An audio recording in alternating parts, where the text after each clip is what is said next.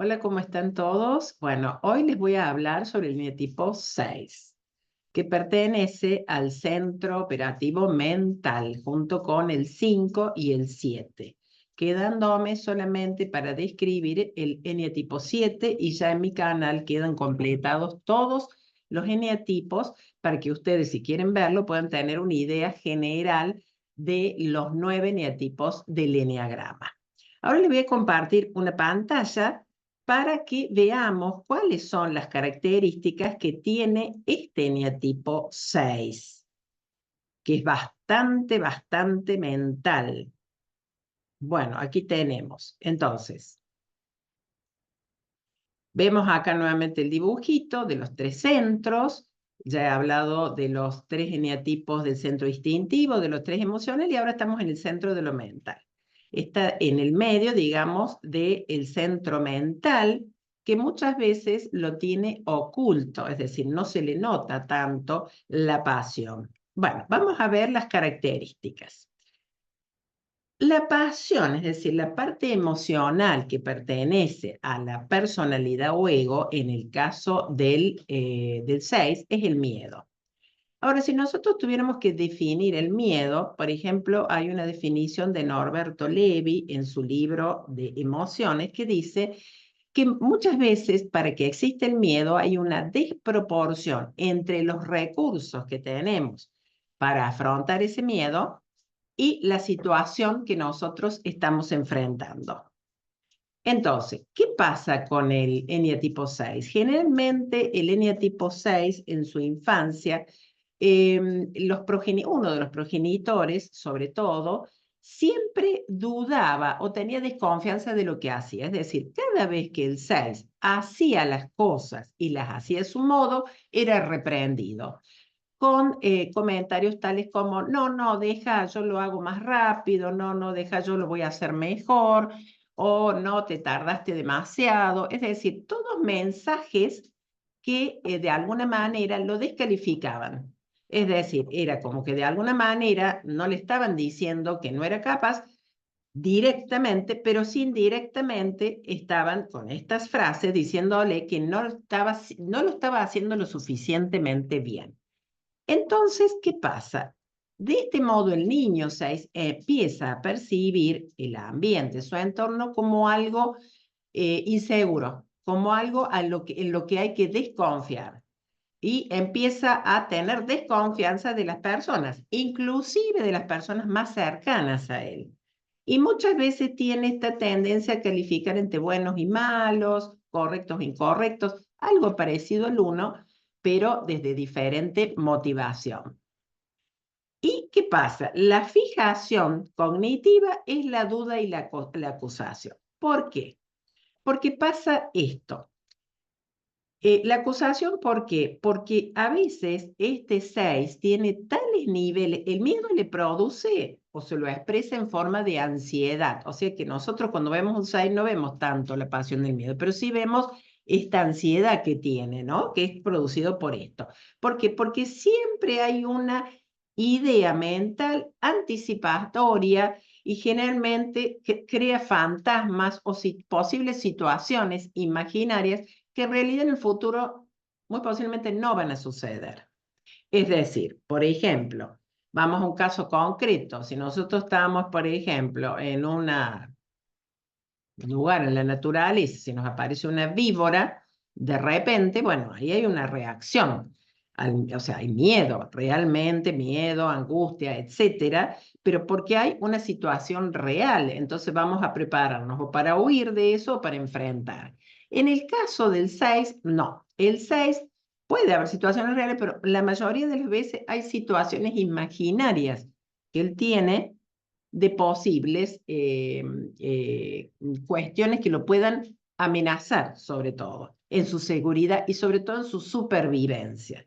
Entonces, como digo, este miedo se manifiesta como ansiedad, con mucha duda y mucha incertidumbre, generalmente duda mucho, y se defiende a través de un mecanismo de defensa que es la proyección. Esta angustia interna que tiene, la proyecta en el otro. Es el otro el que tiene la culpa, el otro es el malo y yo soy, él es el bueno.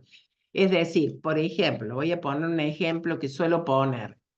Eh, un papá de familia tiene un trabajo nuevo en el exterior y bueno, en realidad tiene miedo de qué le va a pasar a él inconscientemente, pero entonces empieza a proyectar su miedo en la familia.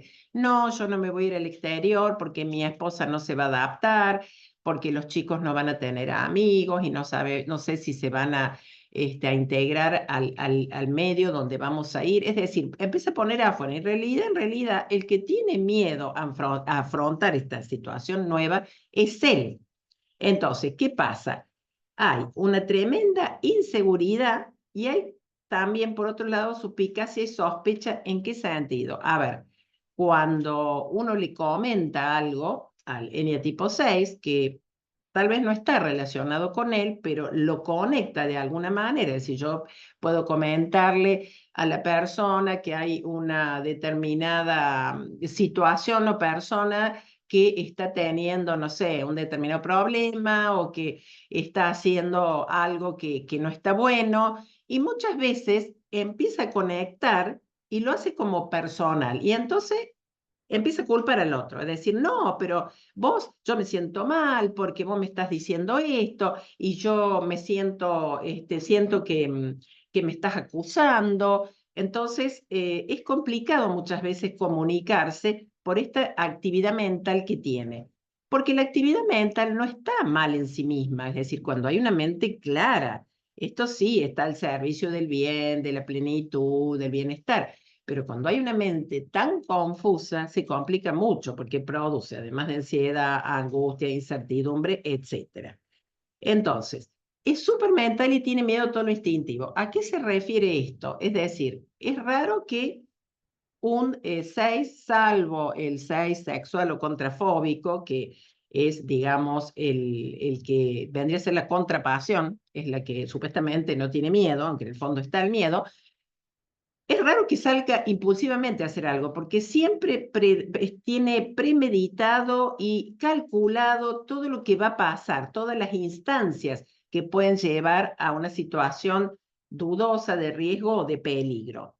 Entonces, lleva una búsqueda incesante de seguridad, que de acuerdo al subtipo va a buscar esa seguridad externamente o en una autoridad a quien va a respetar por un lado, pero por otro lado va a combatir, digamos. El tema de la autoridad es una cuestión de que la autoridad está para tener seguridad, digamos, para tener una cierta seguridad. Y alguien ahí arriba que me puede proteger, que puede guiar, pero por otro lado se puede llegar a revelar cuando se pasa a la parte contrafóbica, porque todos 6 tiene un aspecto fóbico y un aspecto contrafóbico. El fóbico tiene mucho más miedo, el contrafóbico como que enfrenta el miedo.